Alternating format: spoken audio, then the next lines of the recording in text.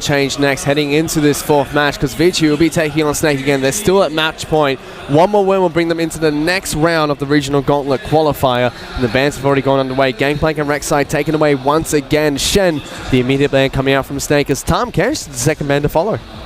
Like to see the Kench hit the bench. We've seen a lot of success yesterday in the best of 5 between PDG and RNG. Same story has really carried over today. It's the same bands coming out from Vici as what we saw in game number 1. Gangplank, Rek'Sai, and Nah. Whereas Echo's the final band that comes out from Snake. Malzahar left open, as well as the Lissandra, which is instantly locked in here for Vici. So finally, we get our wish. Easyhoon gets his hands on that champion. We'll keep tabs to make sure that he runs the double teleport. One of the big charms of Lissandra right now is her cost-efficient itemization, her incredible wave control and clear. The fact that she does work very well with double TP. You know, she's not someone like a Malzahar or a Victor, and when they run double teleport and they go into a side lane, they're incredibly fragile and brittle. Like, just explode. She can protect herself, set up time for her team to surround her. Does leave the Talia left open if Snake decided to pick it up. Vici banned it in the last 2 games. It did fall through champion select in game number 1. Neither picked or banned during that match. Worth considering, of course, the Malzahar is also a flexer. I wouldn't expect a Talia in the first rotation. However, if they decide that it isn't a mid lane Malzahar, I would like to see it. Well, it is picked up. Malzahar and Sivir, the first 2 lock-ins coming out for Snake. And naturally, that's the big thing, the fact that they've already shown their hand with Lissandra. I doubt that will be a flex pick just because it's a big Easyhoon champion, so they don't need to take the mid laner here.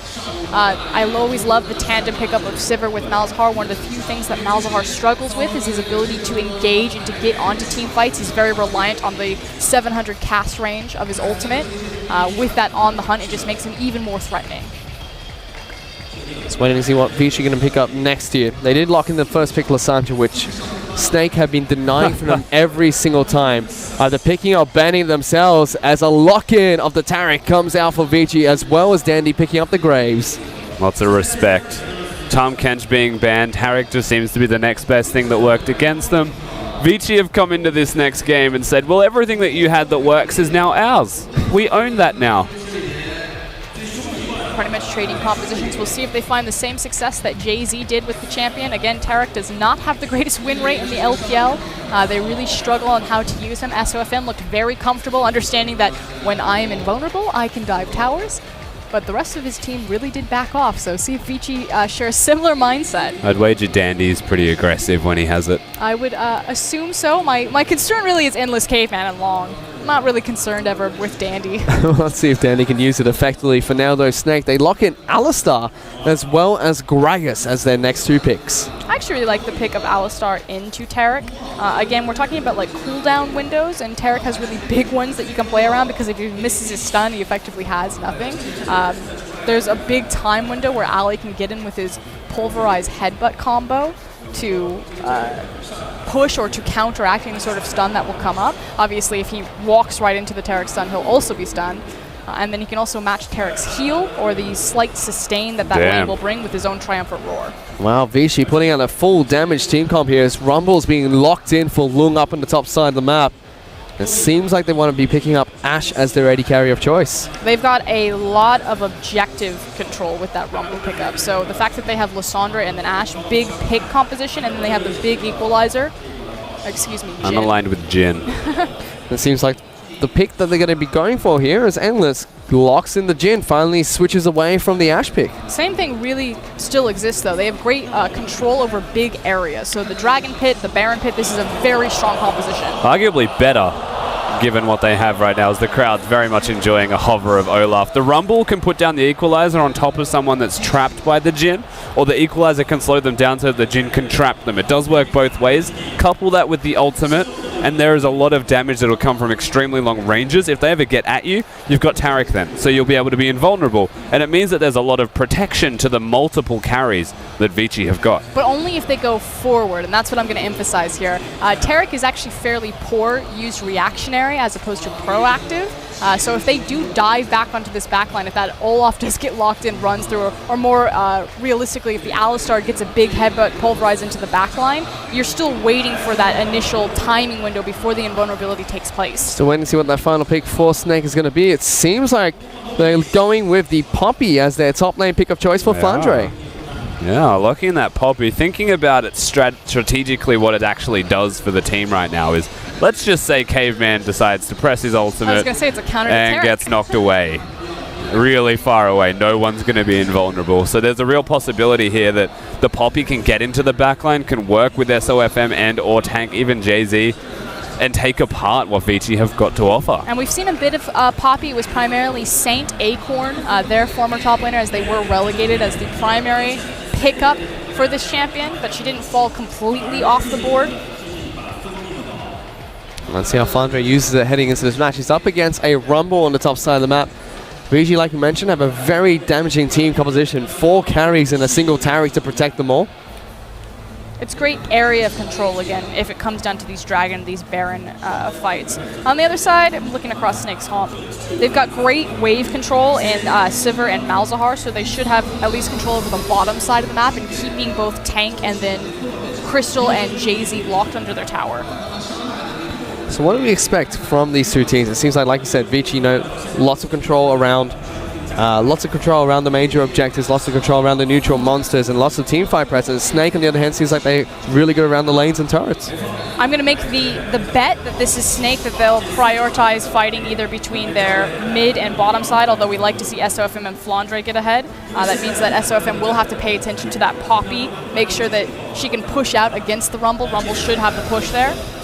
Whereas Dandy on the other side has much more control of the top side of the map. You've got Lissandra and then you have Rumble, so they should be able to push out and open up space for him to contest SOFM there. The decision has to be made, though, on if Dandy wants to help his lanes that are winning win harder or help the lanes that are losing to get back in it. So if he decides to go bottom lane, help Endless and Caveman and stop Crystal and Jay-Z from pushing in, then it could mean that junglers will be on the opposite side of the map, but he might want to meet SOFM in the battlefield. Well, let's check in and see what Danny decides to do. Is he going to take it to SOFM? Is he going to take it to the other lanes? We'll have to find out. Snake, they brought us to game 4. Now it's time to see if they can take us to game number 5 as we're on to Summoner's Rift for the 4th match between Vici and Snake. Pressure was on and Snake chose to step up in game number 3, taking us here. I can't expect that they're going to slow down. They've got damage across the board in both these compositions. We have great threats both early and late game on either side, so there should be power points everywhere. As, the chain has been broken, so no more Infernal Dragons spawning first. This time around, that's going to be an Ocean Dragon that pops up on Summoner's Rift. Means that there's more priority on just fighting over Raptor and Krug Camp, because the Dragon's not that important. Which is great for SOFM, if you think about it. Hey, to be fair, pool partied Graves has a buff over Ocean Drake.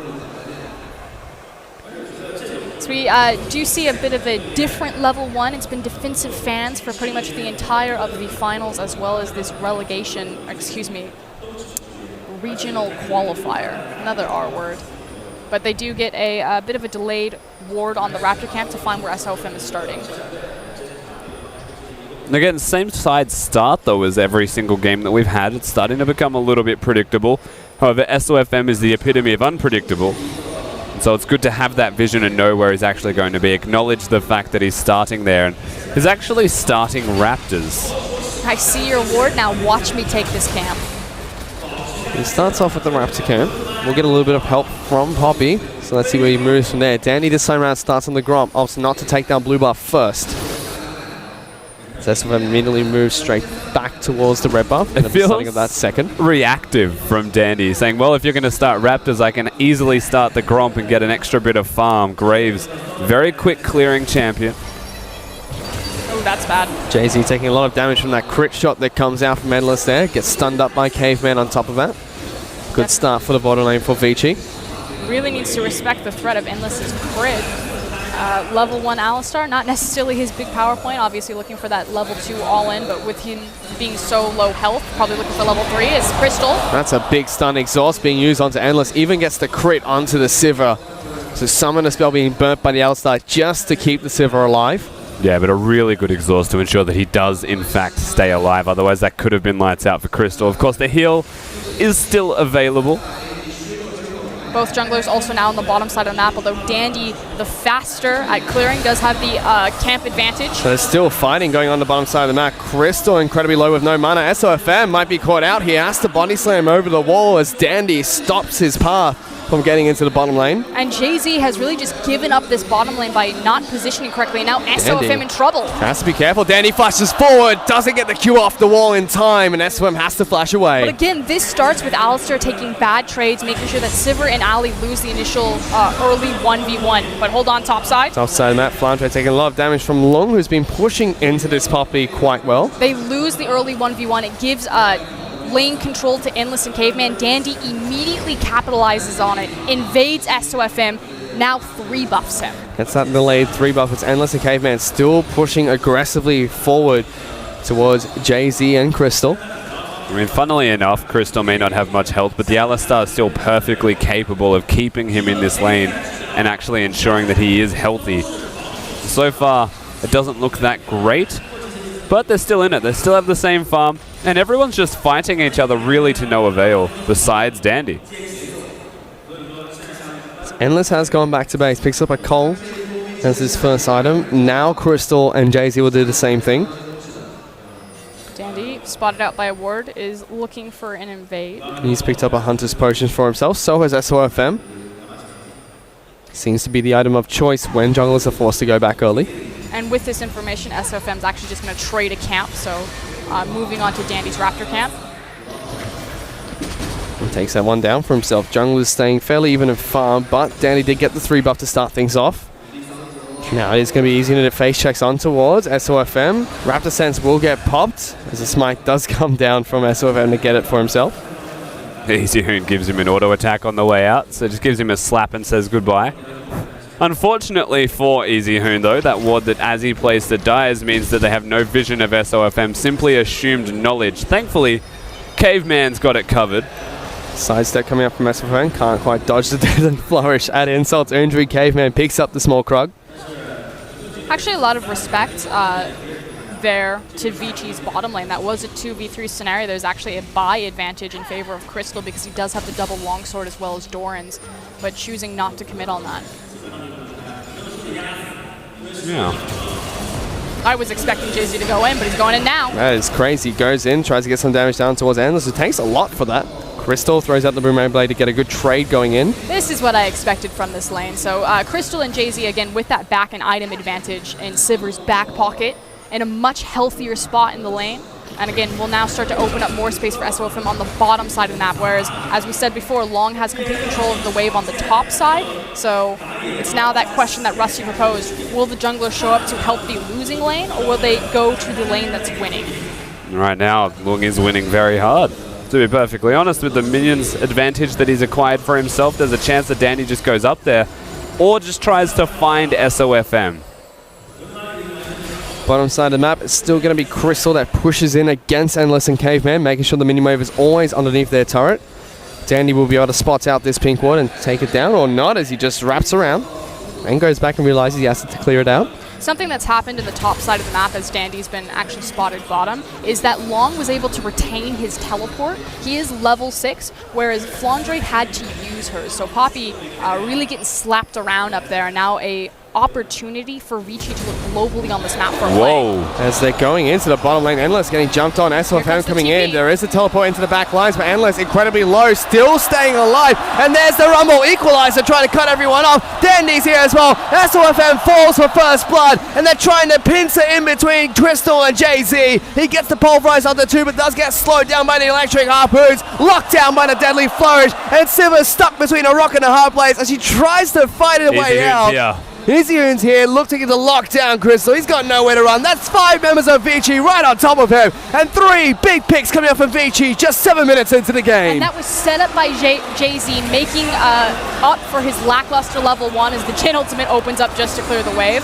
and followed through by Long. Again, miscommunication from Snake. No one told them across the map that Flandre didn't have the TP advantage, and they let themselves get engaged upon. So this is where I think you're actually a little bit wrong. There was a ping specifically onto the teleport ward from Snake about 10 seconds before they flash engaged. The fact that Endless didn't die, I think, is ultimately where they went wrong. They could have found a kill there, but that was far too aggressive from them knowing that Lung was available to be there. And that's communicated but ignored. And that's given Vici a 2,000 gold lead very early into this match. The only thing that Snake get off of that is Flandre getting a little bit of damage onto the top lane outer turret.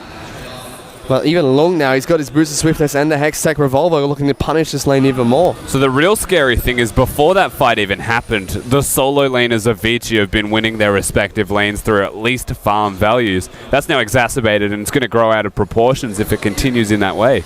And gold spread very evenly for Vici as well. One kill for the top mid and 80 carry at the moment. Exactly where they would like the gold to be to start things off. As the Analyst has gone back to base and picked up the serrated Dirk for himself.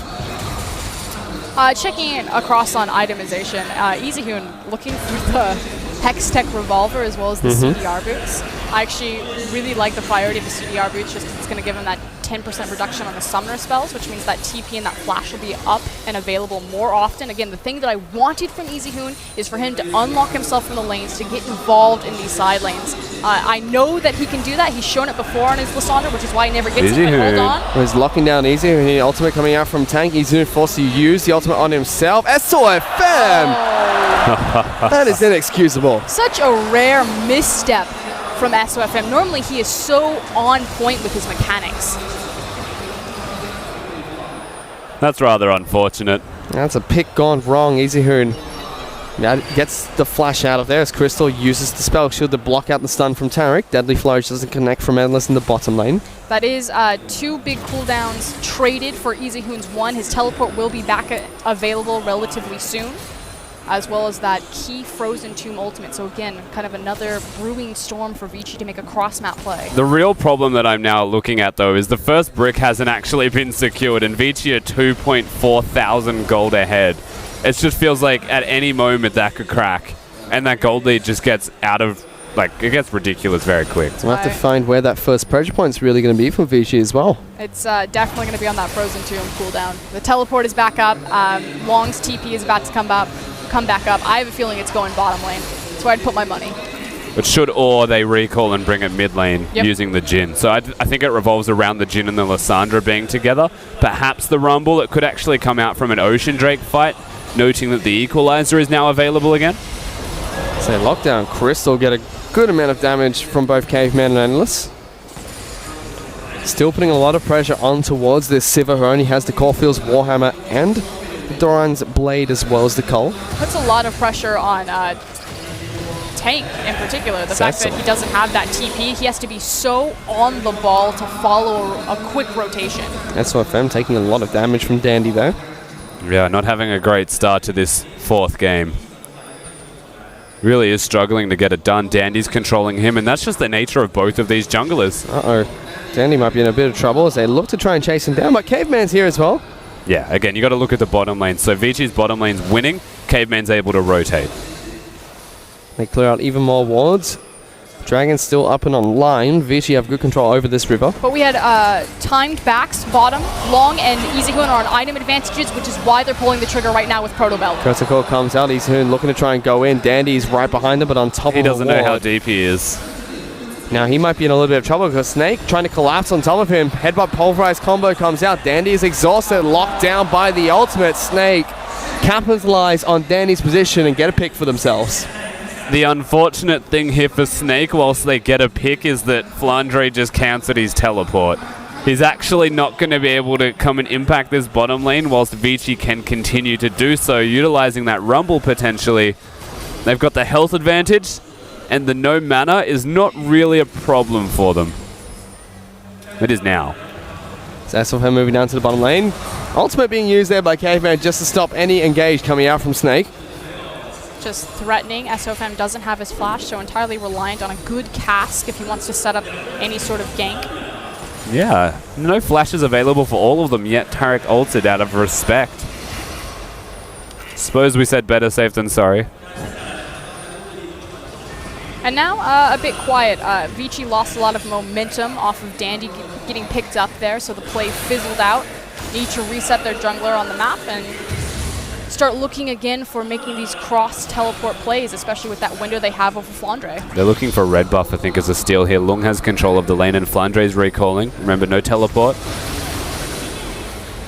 Looking to take this one down. Dandy going to be clearing this one out, stopping SOFM to picking up the red buff for himself. There's a lot of attention right now mid lane. easyhoon. Careful, buddy. Yep, you just see Jay-Z and SFM rotating around together inside of Vici's jungle. And it automatically prompts the back recall from both Endless as well as Caveman, because they just saw both Gragas and Alistar clear a pink ward heading bottom. Yeah, they know they're safe to recall, but not to stay under that turret or they'll get dove. They haven't actually gone back to base. And there's a fair chunk of items that is available for them to pick up now, you'd expect. So still pushing down this bottom lane. Turret is fairly healthy, and Dandy's even rotating down towards the bottom side of the map to stop this one from falling. They might find Dandy in their rotation. Look at all the vision once again that Snake have got. Red buff's coming up as well for Vici. Seems like that's what Snake want to fight for. Dandy. Oh, it's just unfortunate, really. No one saw that. No, they still haven't seen SOFM. Who's now going to come out? That's a Great quick flash coming out from Caveman. And it's also kind of a bluff from SOFM. Truth be told, Vici have done a phenomenal job backing together and backing at appropriate times to make sure that they're always running as a unit. Crystal was actually back in base right there, so that was technically a 3v4. Yes, they could have had the advantage that SOFM pops with the cast and they're able to just delete someone at the beginning of the fight, but you're still fighting at numbers disadvantage. Yeah, it was definitely a bluff. There was never going to be too big of a commit there. However, the flash without vision was ridiculous. Endless still looking to push out this wave against Crystal. Very even in this bottom lane. Neither team has really looked towards the Dragon either. That's been standing and hasn't taken any damage at all this game. Endless showing that he can play more than one champion to a decent level as well. So far, so good from the Jhin. Still waiting to complete his Yoma's Ghostblade. Does have the components ready. 2 Hextech Protobelts completed for the side of Vici. Both Long and Easy Hoon to pick theirs up. Warrior's Enchantment now complete as well for Dandy. Dandy's quite far behind in terms of farming. SOFM, hello. He's actually 58 to 78, which is a big deal because a lot of those are the jungle creeps, although some of them are the lane. But otherwise, every single other lane is actually an advantage towards Vici. So looking to try and collapse here. Tank was trying to see if he can get the ultimate down on towards Easy Hoon, who just gets jumped on. Protobelt knocks off the passive and uses the ult to lock him down. They delete Tank from the mid lane. He just died with Flash and Ghost up. But that was so good from Easy Hoon because the Spell Shield passive was available. It lasts for 0.25 after the first spell is used, and the channel time of the ultimate is the exact same as the reducing of that Spell Shield. That was incredible from Easy Hoon. Now we have to see what Vici going to be able to do with this pick. For now, it's just sweeping out wands and getting control over the map. Dandy making his way towards the top side of Summoner's Rift. Seems like they're creating a pressure point against Flandre. Easy Hoon going to get jumped on here by SOFM. Yeah, there's Jay-Z. Easy Hoon flashes away from it. Does have the Protobelt to get back to safety. There's a teleport into the mid lane. Easy Hoon should be going down into Crystal. And the teleport does get cancelled as well as Dandy forces Flandre back. Even a flash being used, and now Crystal getting jumped on. Spell Shield going to get hit by the bouncing grenade, so he does get locked down. Heal being used, but it's not enough. Curtain Call to open things up. SOM gets tagged, slowed up, has to body slam out. Jay-Z in trouble. Equalized in a perfect position as Caveman picks up that kill. Just big plays from Vici here. Endless, that was a well-timed stun, actually baiting the Spell Shield out of the Q animation. So the Jhin play here from Endless is definitely putting in work. Lung's hitting all of the equalizers, and Vici, they collapse where it matters. Lung's being locked down under the turret. There's a teleport coming to the mid lane by Easy Hoon. Let's see if he channels it complete. Does actually, gets into this mid lane. And they almost didn't kill him as well. The exhaust was enough to slow him down. Used his claw to dodge the pulverize. Easy Hoon was close to living. More than he deserved based on his positioning. And all of this action across the map, and we still have yet to break the first brick. That's still a 3,000 gold lead for Vici very early into this game. They're going to try and press their advantage wherever possible. Endless going to go back to base, look to pick up his Yomu's Ghostblade and a few other components for his next item. Big breakpoint right there, having the Ghostblade available, whereas Siver's still sitting in between items. There's a few components, but he goes straight back to base, gets the Yomu's as well as a BF sword. He was sitting on a lot of gold during that fight. As Flandre sneaking around the bush, finds Long. Long still getting a lot of damage down. Him here. As Rumble is fighting him, gets slammed into the wall, overheats, so no spells yet. Gonna still put out the Flame Spitter and go toe-to-toe against Flandre, dealing a ton of damage to this puppy. as Dandy will spot out SOFM. And that's Dandy doing his job, essentially. Just find SOFM, stop him from making a play with Flandre. There's also Easy Hoon sitting in the wings here. You can see a very different heat map for Dandy in this game, mostly in his side of the jungle. I don't know, there's some bright spots over that Gromp camp. If SOFM has made his presence known over Krugs, I think it's fair to say that Dandy owns the Gromp. Got him.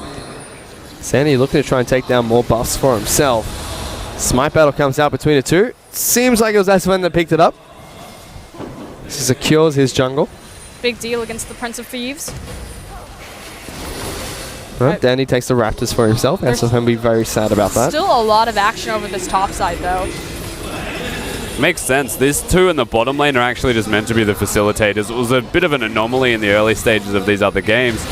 But back to where it really counts now, in the games that really count. This mid lane out of turret, incredibly low. Chip damage coming out from Easy Hoon and the rest of Vici means that one push would be enough to take it down. This was coming up behind them. Well being defended here by Crystal. There's the spell shield. Crystal in trouble. Gets taken down by Dandy. Now JC has to run away. Tarek ultimate being used by Caveman just to make sure everyone stays nice and healthy. For what it's worth, it's good play from Dandy, but Caveman really needs to work on pressing his R button at the right time as they look for the play. Snake are going in, looking to try and get the engage. Danny's being locked down. That's the jungler from the side of Vici. Kurtikal comes out. Lung's here. That's a choke point for him that he puts Equalizer down, but hits nobody. Flandre now going to bop him out of their spine, looking for the ultimate to go down. There goes the Rumble. Ejected from Summoner's Rift. That's a 1-for-1 trade between the two teams. He wasn't looking for the Rumble. Lung shoved his face in front of it so that he got out alive. Otherwise, he was separated from the rest of his team. And so Snake, they'd make the counterplay. Again, if Caveman had his ultimate, didn't waste it to the Sivir damage, things could have been different. Ultimately, though, nothing is taken or traded across the map other than some pocket kill gold on Dandy. No one's able to rotate this and to, again, pushing down an objective like the tower or the Ocean Dragon. You can see the gold graph in very Vici style slowly but surely climbing up as the game progresses. Very different from the way Snake played in that last match where they took a very commanding lead 15 minutes into the game. But all two games to say that Vici have won so far means similar to how this fourth game is going for them. I like the fact that Snake are actually changing things up. They've sent their bottom lane to the top side. They're going to race for this tower because Easy Hoon is really certain to threaten you the should have mid lane. recalled. No, he's fine. The pulve missed. Yep, JC just pulverizes the ground like an angry cow he is. Long's going to be able to set fire to both the AD carry and support, but there's an SOFM behind him. Has to be careful. Threatens by drinking something from his keg. Because again, this is a race between Snake and Vici. Vici have bottom as well as mid lane tower that are both very low. And it seems like Vici going to be the one to pick up the first turret gold here. Endless reloads and gets that last auto attack. So close. Snake very close to picking that one up, and Vici also moves straight towards the dragon. Yeah, about a second between getting the turret bonus. Rumble will have the equalizer to stop them from over-pushing any further, similar to that of the Gangplank when you look at his strengths. And the Drake for a blue buff is how they trade after that point. Good moves from Vici. Even better now they have the pleasant surprise of the next Drake's type. Kurtikal coming out here, slows down Flandre, has to flash away from it, still gets tagged. The final shot just used to clear the wave. And with so much attention and resources bottom, Snake now have the inside track on this mid lane. They probably won't be able to push it down. No. Now afraid of the flank.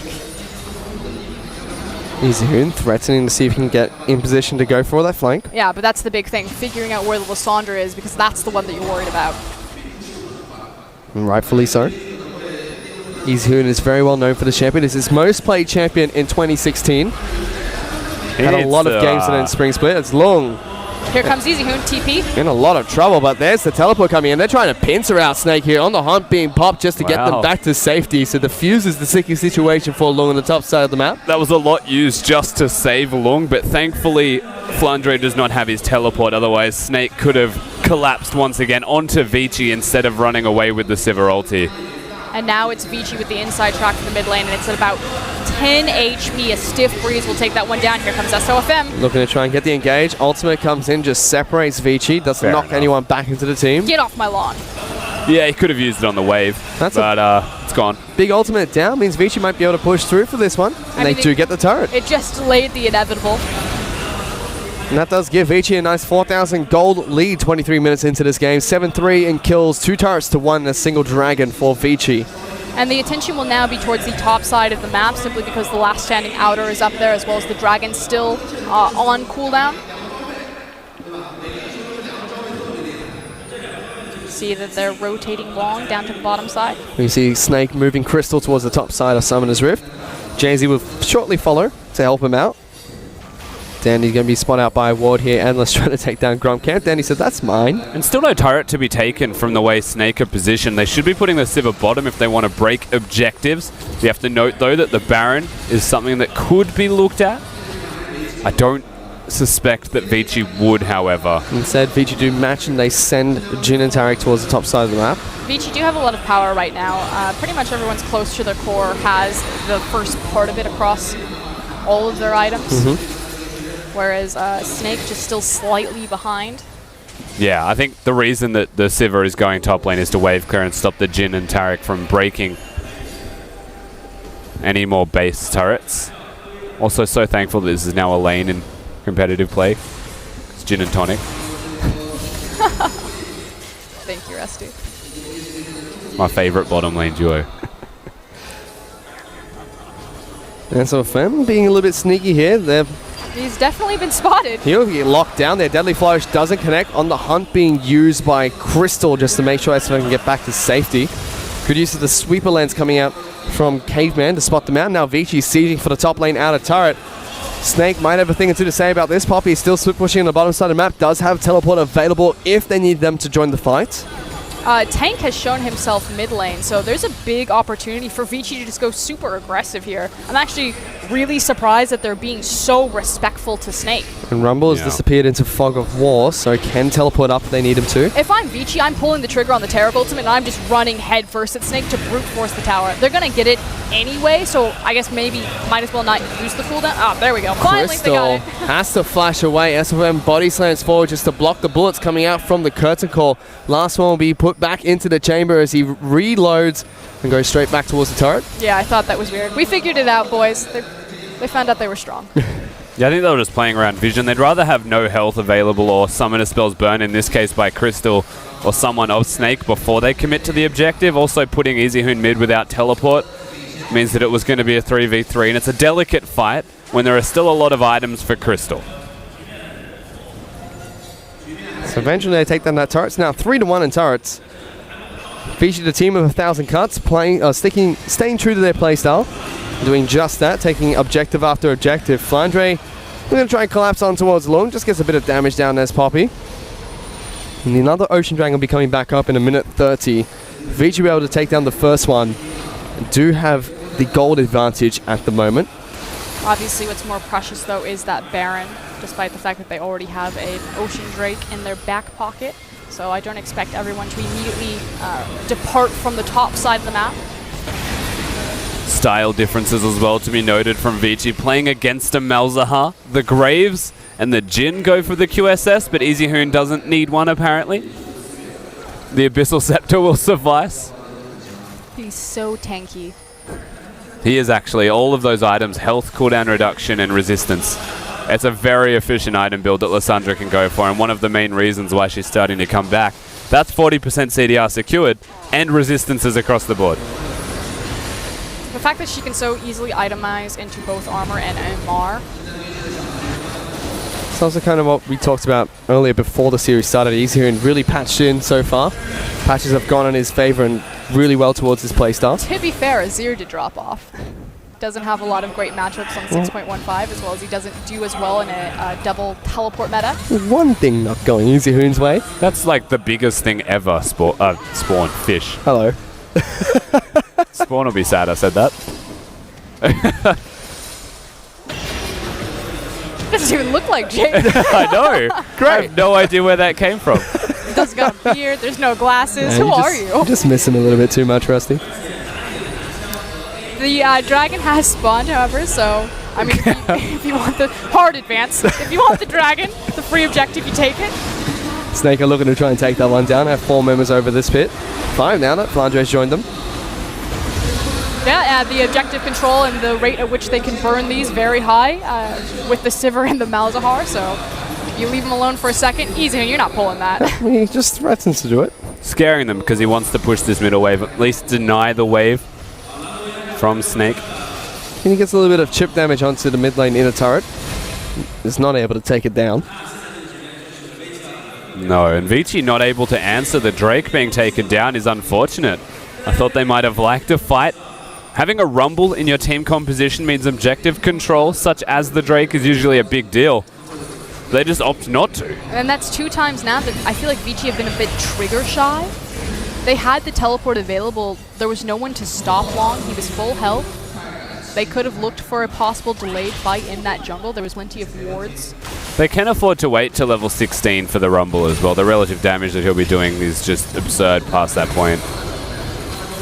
Makes sense. Might as well give away the Ocean Drake. Easy Hoon also level 16, so they're starting to hit these big break points of levels. Where's the Snake just hanging around on their side of the Summoner's Rift. Vici, the ones that have been pushing aggressively towards these turrets, just don't quite have the siege potential, it seems, to take them down. Crystal picking up red buff for himself. Moving straight back into Fog of War. Vici have done a phenomenal job making sure that all 3 lanes are constantly pushed up to Snake. Like you said, hanging out, it's not so much that as relegated to moving around to Vici's tempo, clearing out the pressure points that they've created, and just trying to keep up with Vici. Sassphone gets a good ward down to kind of spot out Vici inside of the mid lane brush. Level 16, of course, as you can see for Lung. Fighting in a jungle would be disastrous for Snake against Vici's composition. And he's got his Void Staff picked up as well as the Leandri's Torment, so lots of magic penetration coming out for Lung. Visceral Scepter coming out from Lissandra, going to help to that as he just burns through Flandre to start things off. Ultimate being used by Flandre to knock him up. Yeah. Interesting. He was just being a bit spooky, I suppose, but he didn't really spook Lung. He would have turned around and fought you. Means that you don't have your ultimate. It is a low cooldown, though. We'll be able to get back perfectly fine. Also, lane assignment's actually worth noting at this stage. Flandre running bottom. You would expect the same from Lung. There's no Drake to be looked at, and at 30 minutes, the Baron's a higher priority. And so you go towards the furthest point away so you can have the teleport impact. But in response, they're actually expecting this, that they know Poppy's going to be bottom side. They're going to pick up the blue buff, and if Flandre doesn't back up, there he goes. He could open himself up to a pick. Meanwhile, Vici looks to take away Snake's blue buff. Give that over towards Easy Hoon. Saw that coming, That's honestly. unfortunate. Maybe not. Yeah. Yet. It's okay, only 12,000 people saw it live. Embarrassment. Whereas Vici still doing exactly what they've been doing for the past 5 minutes or so. Pushing up waves, disappearing into the jungle, taking buffs away. Just rinse and repeat, trying to grip whatever advantage they can. There's still 5,500 gold in the lead. That hasn't grown too much. Yeah, very slow now. And not a surprise that it's Vici playing it slow, but... I feel like Vici will never take chances. We're so used to the pace of the other LPL teams create, where it's like 60% chance to win a team fight. Let's go, boys. Vici are like 95, or I'm not moving. 95, I give him 80. Okay, we'll go 80. As Lung now moves into the bottom lane, just waits and stays in Fog as long as he can. Before setting fire to some minions and just farming it up. Yeah, his damage has outscaled Flandre's tankiness. It's got a lot of penetration, so that Spirit Charge won't mean much for Flandre. You can see 2 Quicksilver Sashes being picked up on the side of Vici as well. 1 for Dandy, 1 being picked up by Endless.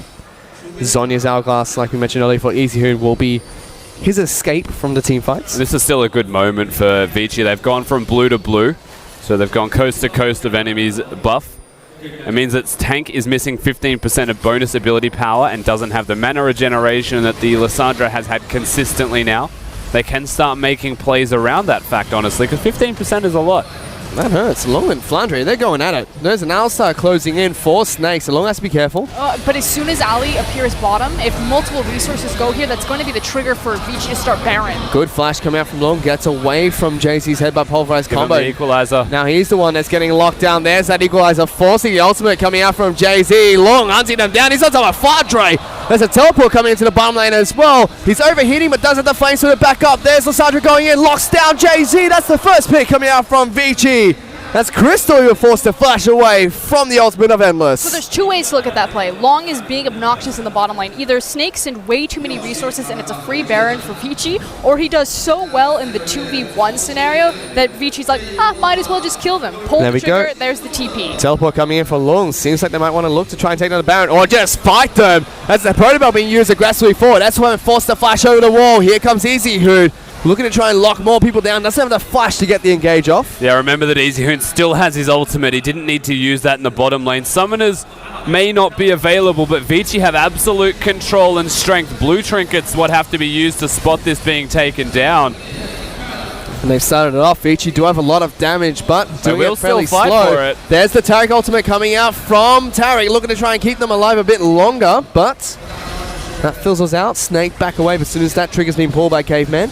Ultimate wasted. It pretty much just absorbed a bit of Baron damage as they backed off of it. That Ocean Drake, though, will kick in. And it's not the first time that Caveman has wasted his ultimate. Very much feels like a denial as they found Caveman. Snake pull the trigger. Easy Hoon locked down. Can he get the ultimate off? He can't. Crystal gets that first kill. Now Caveman is in trouble. Jay-Z will be taken down. Long gonna get locked up, but Dandy over the top of the wall gets a kill. Still, double kill coming out for Crystal, and that's 4 members of Vici taken down by Snake. Vici were in control for 99% of this game to this point, but a single misplay. The Taric ultimate wasted, and then Easy Hoon caught out against a wall. They could turn this into Baron.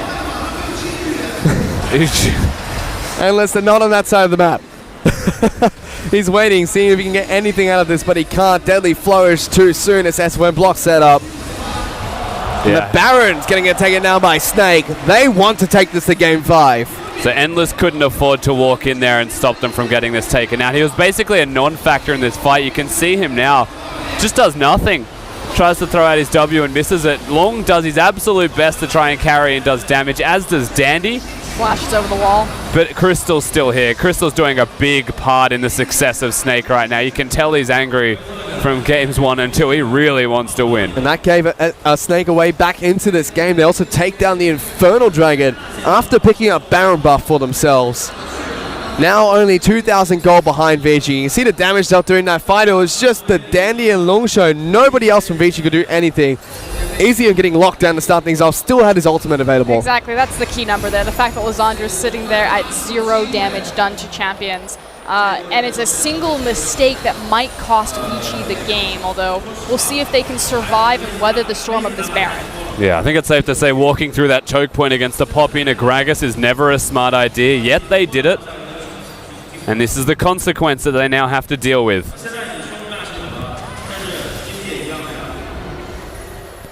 Snake already looking to try and siege this bottom lane with the Baron buff they've picked up.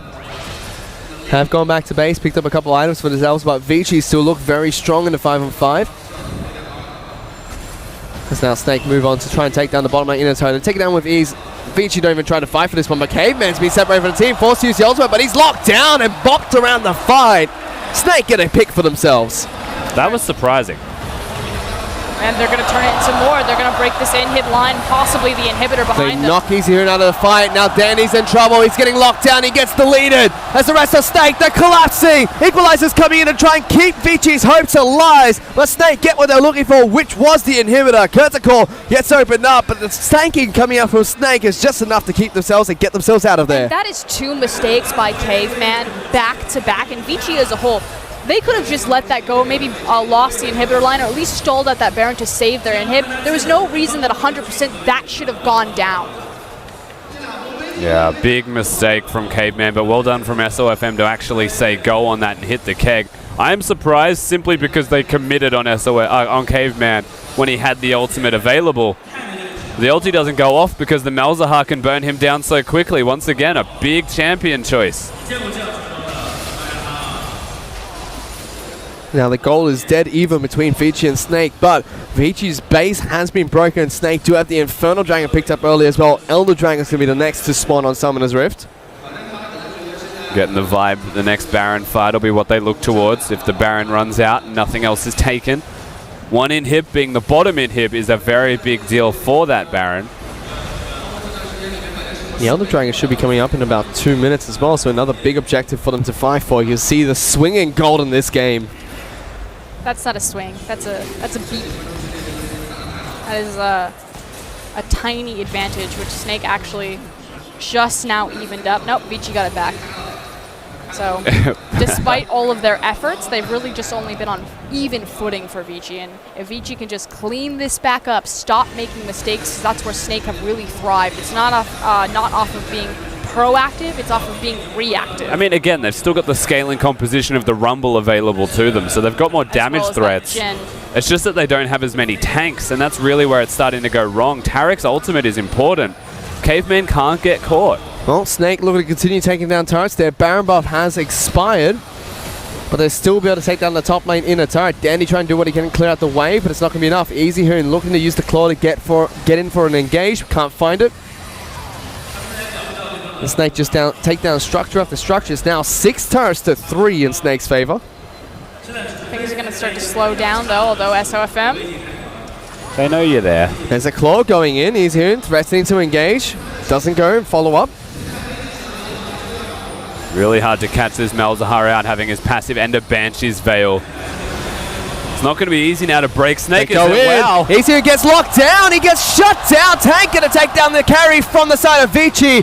Ultimate coming out from Tarek, doesn't keep him alive now. Endless in trouble, but back into the team. Has to flash away. Flandres into the back lines as Crystal picks up a double kill. And Snake just worked their way through Vici. And there's the Poppy counter on the Tarek. Tarek's ultimate tried to come out, was immediately ejected from the team fight, leaving Vici vulnerable, and now their base getting torn to shreds. With Endless and easyhoon gone for over 30 seconds, there's a chance that they just keep pushing. Teleports, I think, used now. They want to end the game. They took it to game 4 decisively. Now they're looking to come back. They're taking it to game 5. That's Caveman to be taken down. It's going to be the Rumble that falls next. It's only Dandy left alive. Snake, they've been able to do it. They're going to send us to game number 5 as Crystal picks up the double kill and the ace for Snake eSports. Vici came into the series 2-0 up, and they're now collapsing at the finish line. And the crowd is excited because game 5 is inevitable.